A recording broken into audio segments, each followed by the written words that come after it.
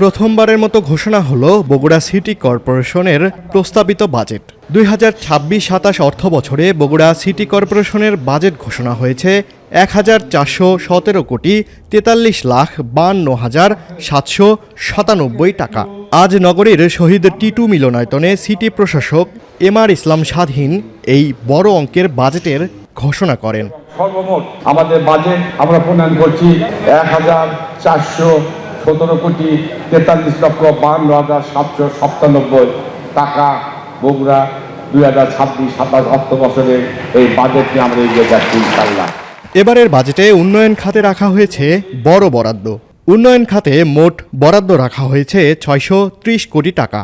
শিক্ষা খাতে বরাদ্দ রাখা হয়েছে 1,54 লাখ টাকা, যা গত বাজেটের তুলনায় প্রায় 1 কোটি টাকা বেশি। স্বাস্থ্য খাতে বরাদ্দ রাখা হয়েছে 12,61 লাখ টাকা। সিটি কর্পোরেশনের রাজস্ব খাত, সরকারি অনুদান সহ বিভিন্ন প্রকল্প থেকে বাজেটের এই অর্থ যোগান দেয়া হবে। শিক্ষা খাতে 1,54 লক্ষ, স্বাস্থ্য খাতে 12,61 লক্ষ, উন্নয়ন হিসাব এডিবি 630 কোটি এবং প্রকল্প হিসাবে 680 কোটি টাকার এই 1,408 কোটি 64 লক্ষ 70 হাজার এই বাজেট আমরা প্রণয়ন করেছি।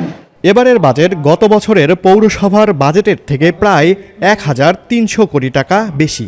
বাজেট ঘোষণা শেষে প্রধান অতিথির বক্তব্য রাখেন বগুড়া 6 আসনের সংসদ সদস্য রেজাউল করিম বাদশা।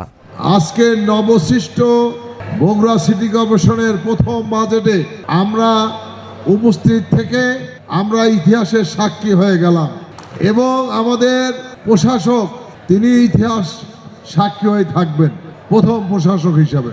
আমার বিশ্বাস এই বগুড়া সিটি কর্পোরেশন গ্রিনও হবে, ক্লিনও হবে এবং বাস্তব বসবাসের উপযোগ্য বগুড়া সিটি কর্পোরেশন হবে, এটাই আমরা প্রত্যাশা করি।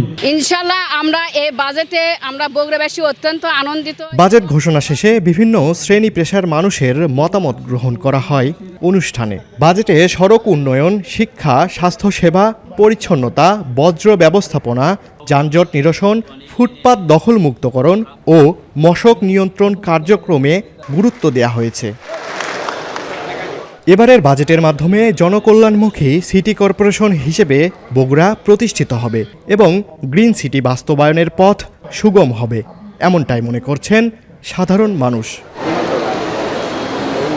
রাহেনুর ইসলাম, দৈনিক করতোয়া, বগুড়া।